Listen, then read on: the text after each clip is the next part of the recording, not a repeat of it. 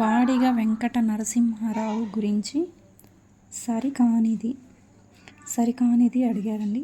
బాడిగ Venkata Narasimha Rao, BV Narasimha Rao చెప్పాను కదా first. అమ్మ ఒడి ఏవి బివి బాడిగ వెంకట నరసింహారావు అమ్మ ఒడి లెసన్ యొక్క కవి రచయిత. ఈయన కృష్ణా జిల్లా కౌతరంలో జన్మించారు. ఈయన బిరుదు బాలబంధు. ఈయన రచనలు బాలరసాలు, పాలబడి పాటలు, ఆవు హరిశ్చంద్ర, బాలతనం.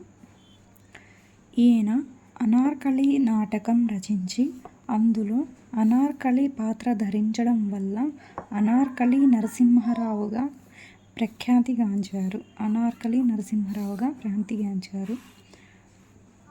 అమ్మ ఒడి పాఠ్యభాగం బాలబంధు, బివి నరసింహారావు సంపూర్ణ రచనలు 2వ సంకలనంలోనిది అంటున్నారు. ఆప్షన్స్ ఇంకొకసారి చూద్దాం. ఈయన కృష్ణా జిల్లా కౌతరంలో జన్మించారు.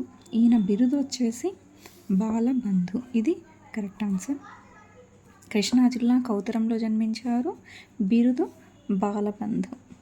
బాడిగ నరసింహారావు బాలబంధు బిరుదు.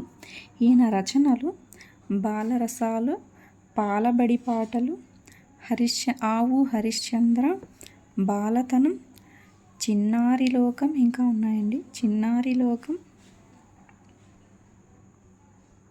పూలబాలలు,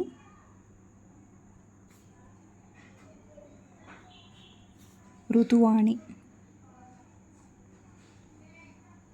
ఇవన్నీ ఈయన రచనలు. ఇది కూడా కరెక్ట్ ఆన్సర్.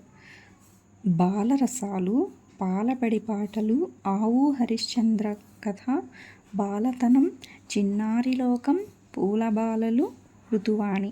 ఇవన్నీ బాలలకు సంబంధించినవే ఉన్నాయి. ఈయన బిరుదు కూడా బాలబంధు. చూడండి, ఇది కూడా కరెక్ట్ ఆన్సర్. ఈయన అనార్కలి నాటకం రచించి అందులో అనార్కలి పాత్ర ధరించడం వల్ల అనార్కలి నరసింహారావుగా ఖ్యాతిగాంచారు అంటున్నారు. ఈయనని అనార్కలి నరసింహారావుగా ఖ్యాతిగాంచారు, ఇది కరెక్టే. కానీ ఈ అనార్కలి నాటకాన్ని రచించింది మాత్రం ఈయన కాదండి. అనార్కలి నాటకాన్ని రచించి వచ్చేసి వింజమూరి లక్ష్మీ నరసింహారావు.